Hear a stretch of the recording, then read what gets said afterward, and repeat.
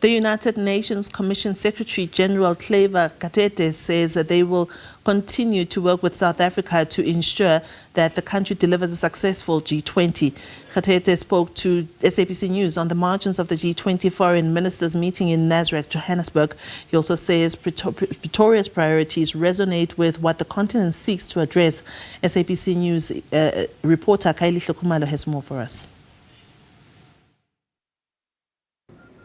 Well, certainly quite a number of voices here at the G20 Ministers of Foreign Affairs conference right here in Johannesburg. So a lot of issues really being explored. And of course, one of the key players here must be the UN Commission right here in Africa. And Ambassador Gatete joins us now, the Executive Secretary. So once again, sir, thank you so much for your time, for your involvement. First of all, let's look at your presence here. A lot of issues really facing the globe being explored here. Yeah, thank you very much. We are here, first of all, we are very excited to be supporting South Africa, representing Africa actually, in the G20. Very, very important for us. We are the knowledge partner for the African Union. We are the knowledge partner for the South Africa in their own chairmanship of this G20. Very, very exciting. Because at this point in time, there are many issues.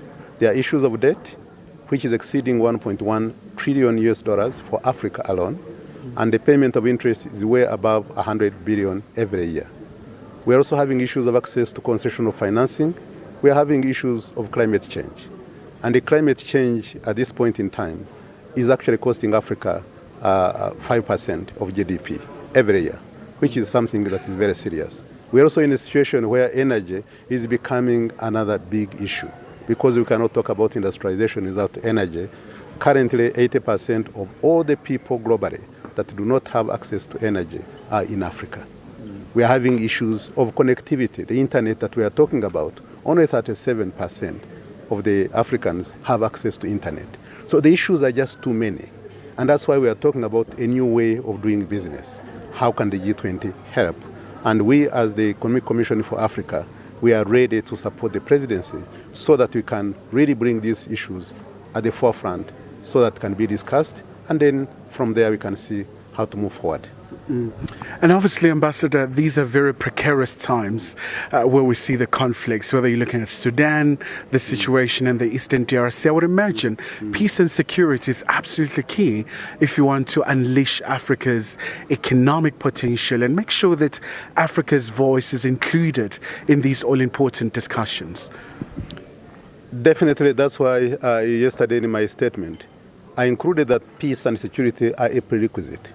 We cannot only talk about development without looking at the issues of peace, because there's a nexus between the two. And that's why we need to take them on both at the same time. As you rightly mentioned, in the Sahel, in the DRC, in Sudan, and in other parts, just on Africa, but also globally, they have implications. The effect, for example, of the Russia-Ukraine war, it had an impact on us, although it was not on our continent, but the inflation went up. The cost of food went up. So it doesn't matter where the conflict is, it has an impact on Africa. And that's why we are saying that this development and peace and security have to go hand in hand. And that's why the G20, the biggest bloc that you have, can be able to address these kind of issues. And just before I let you go, Ambassador, I know your time is a bit pressed.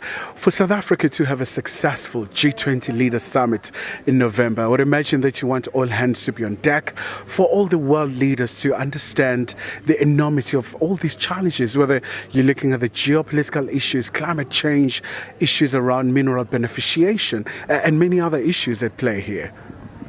First of all, South Africa is leading, but this is representing Africa. And that's why for us at the Economic Commission for Africa, we are doing everything possible to make sure the presidency has to succeed. This is the first time it is being held in Africa. It is historical, and we want to make it more memorable. And with the leadership of South Africa, we believe that all of us can help in terms of making this one a resounding success.